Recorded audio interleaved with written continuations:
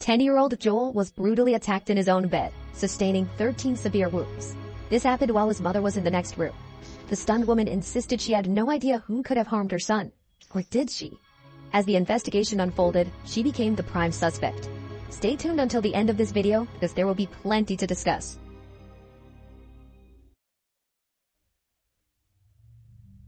At 4:30 a.m., Julie Rea-Harper, frantic and terrified, ran out of her house to her neighbors for help, claiming that a masked intruder had broken into her home, attacked her, and abducted her son, Joel. Alarmed, the neighbors immediately called the police. When officers arrived, they quickly surveyed the house, finding broken glass and bloodstains on the back door. Inside, a deputy sheriff discovered a bloody knife on the hallway floor. In the child's bedroom, an officer found Joel lying on the floor between the wall and the bed.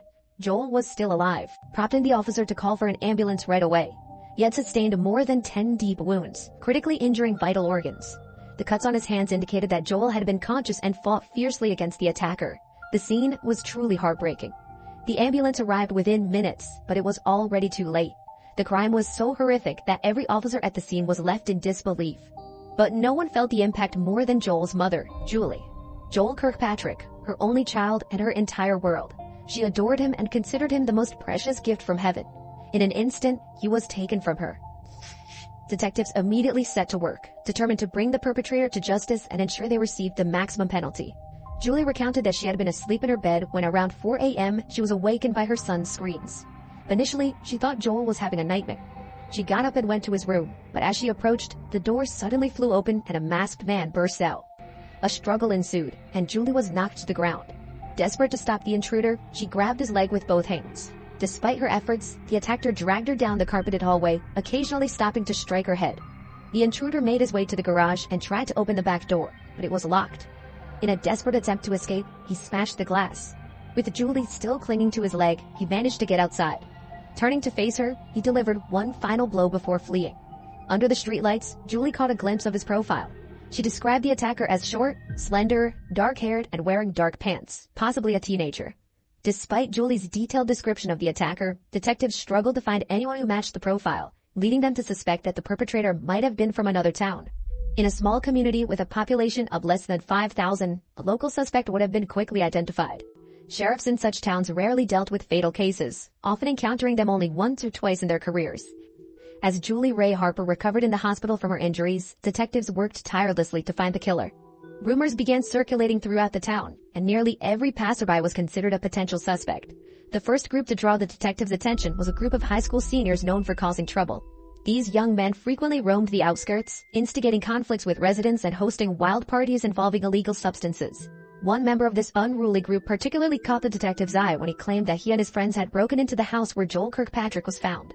However, the police soon discovered that the teenager was lying, likely trying to boost his status within the group.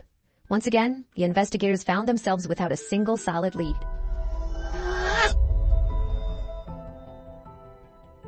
The morning after the incident, the mother of the 10-year-old boy dared to entertain a horrifying thought.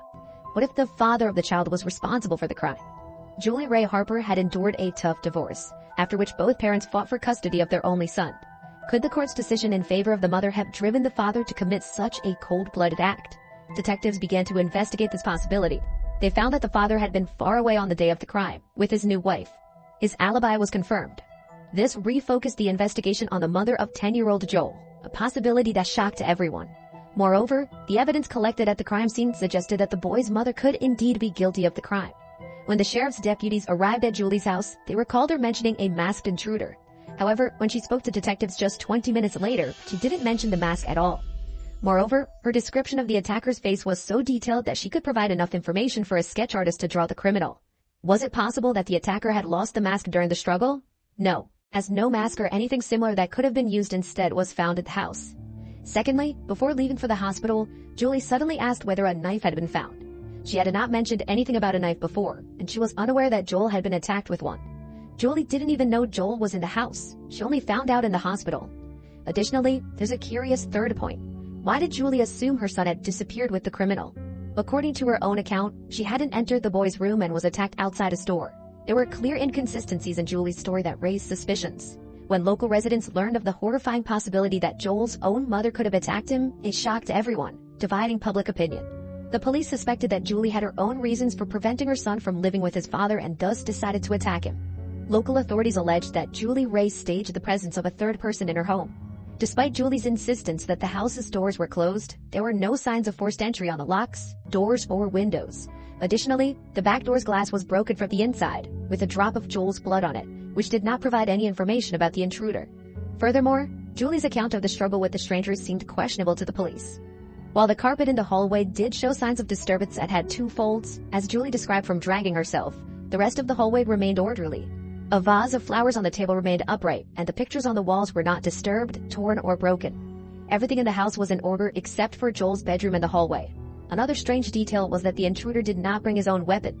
The knife he used belonged to the homeowner and was placed as if deliberately positioned in front of the victim's room. There were also no traces of foreign footwear or blood found. When the first officer arrived at the scene in the morning, he noticed dew on the grass. However, upon inspecting the backyard, he found no traces on the ground.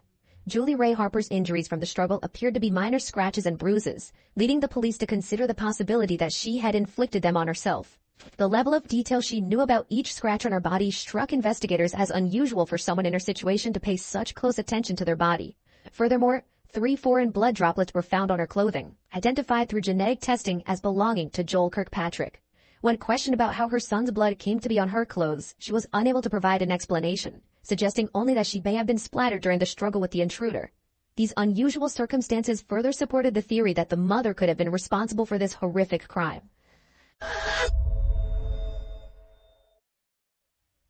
As each detail unfolded, detectives found themselves drawing closer to Julie Rea-Harper. However, in late 1999, a detective discovered that she had sold her house over a year earlier and moved away in an unknown direction. No one knew where she had gone, not her former coworkers, neighbors, nor her ex-husband. During the search, one investigator recalled that she had attended Indiana State University. Upon sending a request there, it was found that she had successfully completed her studies. The Lawrence County Sheriff asked his colleague in Monroe County where Julie now lived. In the end, it turned out that Julie led an active life, made many new friends, and had a serious relationship with a man. Her departure from Lawrenceville had made her a wealthy woman, from the sale of her house and the insurance for her son's death. Julie received over $500,000. After receiving this information, investigators started to question if they had missed something crucial. The mother's decision to move from the town where her child was buried appeared strange and raised suspicions. These suspicions were reinforced by the fact that Julie's new status as a single woman offered her fresh life opportunities. Essentially, she had benefited from her son's death. So could this have been a motive for the tragic incident? While there was no direct evidence linking Julie Rea-Harper to the crime, the sheriff's department tried to reconstruct the events of that morning in its report to the prosecutor. On October 13, 1997, at 4:30 a.m., Julie armed herself with a kitchen knife and entered her son's room. Finding him peacefully asleep in bed, she, in a state of agitation, inflicted numerous blows all over him under the blanket. Then, the blanket was thrown off and Joel, along with the attacker, fell to the floor between the bed and the wall. Joel's awakening and active resistance suggested that the attacker did not have a significant advantage in strength or body mass over the child. Regardless of the motive, the lead prosecutors believed the attack was spontaneous and unplanned. It was only after the crime that Julie tried to stage the scene and fabricate a story, leading to numerous inconsistencies. After the crime, she placed the knife outside her son's room, broke the back door window, and inflicted minor injuries on herself. Despite her efforts, detectives concluded that Julie Rea-Harper was the perpetrator. Her family and friends refused to believe this, convinced that there was no way Julie could have harmed her own son. In 2000, despite her claims, Julie Rea-Harper was taken into custody. During the trial, her ex-husband testified that she was far from an ideal mother, claiming that their son was unwanted for her. Another crucial piece of evidence was the date of the incident, October 13th. The prosecution argued that this date was no coincidence. Julie had an obsession with the number 13. She was born on the 13th, insisted on having her wedding on the 13th, and gave birth to her son on July 13th after taking medication to induce labor. The attack on Joel took place on October 13th, when he was 10 years and 3 months old. Most chillingly, he was inflicted with 13 stab wounds.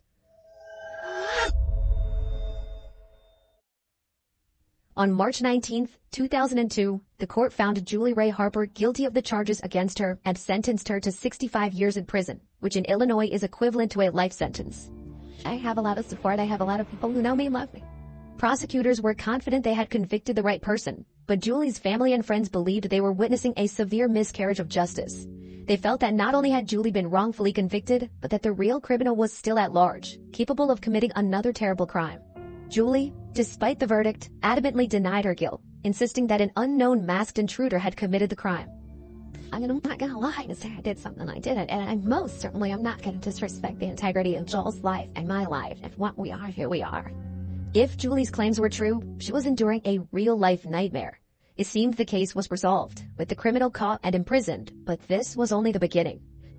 The intense media attention soon attracted a group of lawyers who disagreed with the court's decision. Innocence, the public project, which investigates wrongful convictions, focuses on cases where there are claims of actual innocence. After reviewing the case, the lawyers were stunned that Julie Rea-Harper had been found guilty.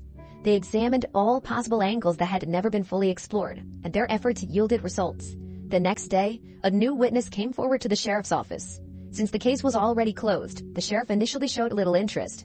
However, when the man revealed that he had personally interacted with the real perpetrator of the tragedy, the police decided to listen. According to Alan Berkshire, 2 days before the attack on Joel Kirkpatrick, he was having dinner with his wife and their 11-year-old son at a local cafe. An unknown man walked in and approached the arcade games where his son, Rusty, was playing. The man looked to be around 30 years old. He was probably 5'9", 5'10", and about 155 to 150 pounds. Alan and his wife, seated about 15 feet away, watched closely. The stranger tried to start a conversation with Rusty, but when the boy ignored him, the man placed a hand on Rusty's shoulder and said, "You're scared of me, aren't you? Maybe you should be. Maybe everyone should be terrified when I show up." After making this unsettling remark, the man abruptly left the cafe, leaving Alan no time to react. Alan noted that the man seemed drunk, disheveled, and clearly not a local. When the attack on Joel Kirkpatrick happened, Alan immediately reported the cafe incident to the local sheriff's department. They dismissed his account as insignificant. Innocence Project investigators then found another witness, a woman who worked as a cashier at a bus station less than 40 miles from Lawrenceville. The cashier reported that on Tuesday, October 14th, a man resembling the suspect purchased tickets from her to Winnemucca, Nevada, around noon. No one usually bought tickets to that destination, so she was surprised and remembered him clearly. The man seemed drunk and gave off a dangerous vibe.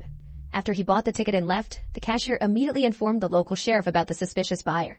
However, the police did not see the information as relevant at that time. Innocence Project investigators persisted and found another lead. Despite the police initially believing that Julie Rea-Harper's injuries were self-inflicted, not everyone shared this view. It turned out that the doctor who examined her in the emergency room was absolutely certain that the injuries on her body were inflicted by someone else.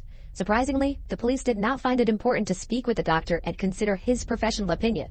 They chose to proceed with their own plan, disregarding the opinions of others. The prosecution claimed there were no signs of an intruder in the house, but private detectives believed they simply hadn't been found. What was even more astonishing was that during the initial investigation, fingerprints were not taken from the house, and no one analyzed the fibers from Joel's bedsheets. But that's not all. Remember the officer who first arrived at the scene and found a note due on the grass? It was because there was no dew that morning. Lawyers from the Innocence Project raised several contentious issues, leading national television to once again highlight the story. It presented the public with a different perspective from the police, which sounded something like, "Isn't it strange that this woman is still behind bars when all physical evidence points to her innocence?" This coverage caught the attention of American writer Diane Fanning. After reviewing all the evidence, the writer firmly believed in the innocence of the convicted mother, Julie Rea-Harper. Julie found support from someone else who also thought she was serving time for a crime she didn't commit. Diane Fanning, the writer, noted similarities between the handwriting of Joel Kirkpatrick's attacker and that of Tommy Lynn Sells, a convicted serial killer she was researching for her new book. She wrote a letter to him in prison saying, "I watched a program where the prosecutor said that no one breaks into a home for no reason to attack a child and forget to take their knife. But we know that's not true, right?" The prisoner's response was ambiguous. He replied, "Did that crime maybe happen a couple of days before the crime I committed in Springfield, Missouri? Did it maybe happen on the 13th of the month?" It's important to note that at the time, the criminal was in prison with no access to the media, so he couldn't have known the details of the case, especially not from the television. Based on this, the writer saw the prisoner's words as a confession. Tommy Lynn Sells had a lengthy criminal history, spanning almost 2 decades, during which he traveled across the country, increasing his number of victims. He was arrested in Del Rio, Texas, for a crime committed on December 31st, 1999. This led the writer to believe that Tommy Lynn Sells might have been involved in Joel Kirkpatrick's case. On that day, the criminal broke into a house around 4 a.m. and brutally attacked 2 girls while their parents slept in the next room. The details of that crime closely mirrored Joel Kirkpatrick's story. However, in Texas, one of the girls survived and was able to identify the attacker, leading to his arrest the following day. It was suspected that Sells had attacked at least 21 people, with Joel Kirkpatrick possibly being the 22nd victim. Subsequently, a Texas Ranger from Del Rio was assigned to investigate all of Tommy Lynn Sells' cases. During the Kirkpatrick case, Sells was near Lawrenceville, a fact verified by the National Crime Information Center. When the Texas Ranger investigating Sells' cases contacted the detectives working on Joel Kirkpatrick's case, he discovered they had no interest in Tommy Lynn Sells. The sheriff's department ignored this information because they had already closed the case, having convicted Julie Rea-Harper.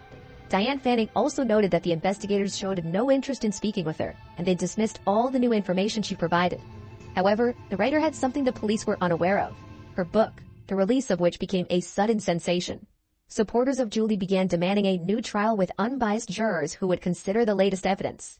However, despite the new facts pointing to a serial killer who had previously committed similar crimes, matched the description of the attacker described by Julie Rea-Harper, and was in the Lawrenceville area at the time of the crime, the prosecutor dismissed them, stating, "I just don't believe in fairy tales." The prosecutor was confident that all the case details had been described so thoroughly to Sells that he could have written a book himself. However, lawyers from the Innocence Project had a decidedly different opinion. They argued that there was no access to TV or the internet in prison, but their perspective was disregarded. Going further, they uncovered more evidence. Tommy Lynn Sells had been arrested shortly after the crime for a traffic violation, and his driver's license was confiscated. Comparing the license photo with a composite sketch of the attacker, it was clear they were remarkably similar. They also showed the photo to witness Alan Berkshire, who had seen the man at a local cafe with his son, and Alan confirmed his identity. With this new evidence, Julie Rea-Harper's lawyers petitioned the court for a case review, which was granted. During the trial, a recording of Tommy Lynn Sells' confession was played. He described how around 4 a.m., while everyone was asleep, he broke into Julie Rea-Harper's home.